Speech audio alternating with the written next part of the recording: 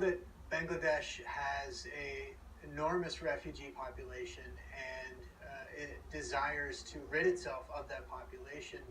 We know that the Myanmar authorities have constructed basically what amounts to internment camps on the Myanmar side of the border to receive refugees. But we also know that refugees are very reticent, even scared, as you mentioned, to go back to their homeland. But apart from that, the Bangladesh authorities have essentially said that there are logistical kinks they're trying to work out. In our view, and what we're seeing on the ground, refugees are not lining up to participate in this process. Phil, criticism of Aung San Suu Kyi has been growing in the international community for months. Does this very damning statement by Bill Richardson after his resignation, does that put a sufficient amount of pressure on Aung San Suu Kyi now that it would change anything in any way?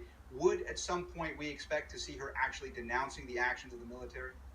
I think it's a wake-up call for the diplomatic community and the UN representatives in Myanmar who have been cheerleading also for Aung San Suu Kyi, who have been claiming that any criticism of her ultimately will play to the benefit of the military.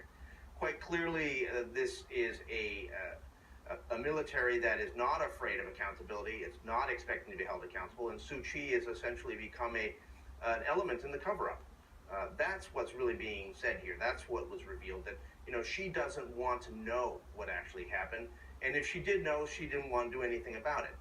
But I don't think that Bill Richardson's actual criticism will be enough to actually turn the tables.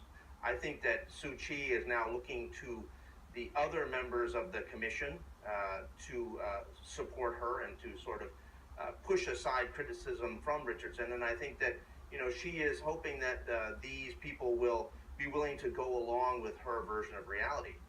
The really sad part of this is that the chair of this commission, Dr. Surakiart Sathirathai from Thailand, doesn't seem to be exercising the kind of leadership that we saw from Kofi Annan. He is clearly in a different league, and it appears that he is prepared to go along with the version of events that Suu Kyi and the military have been presenting to them.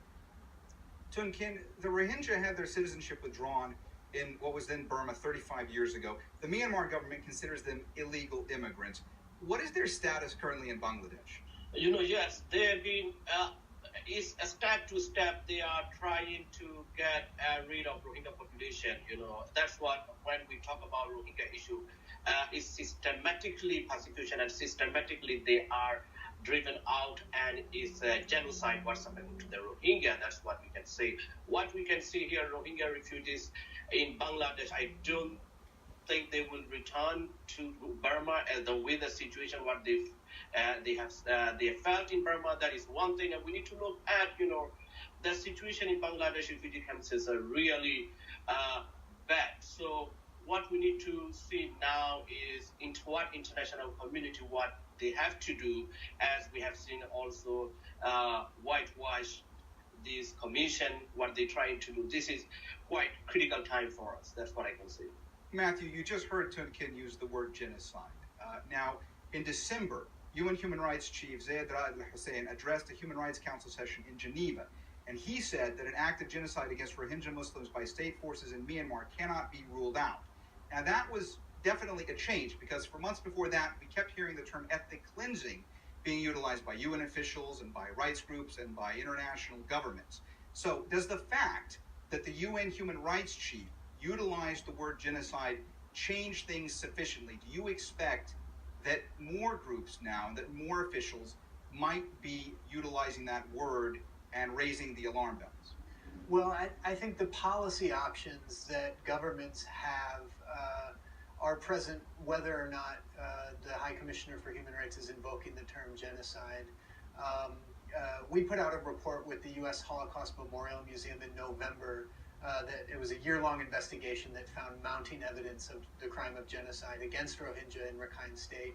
And there have been other reports and studies, the State Crime Initiative. There was also a report by a team from Yale Law School that had legal findings pointing towards genocide. This has been going on for a very long time. I think Certainly, the High Commissioner's remarks would wake some people up. It's not enough.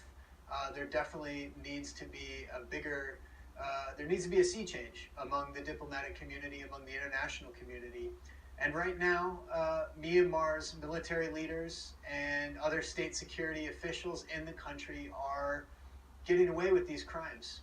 Some of the worst crimes that can be perpetrated are being perpetrated with complete impunity, and that needs to change.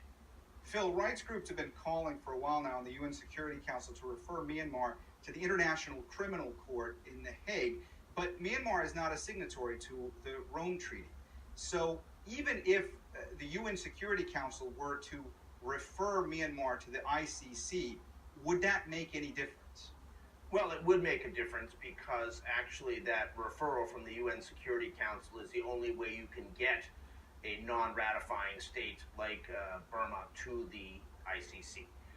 We have been calling for this all along. We've demanded that there be international criminal justice in this case because it's quite clear that both the Myanmar military and the civilian government are more inclined to cover things up than actually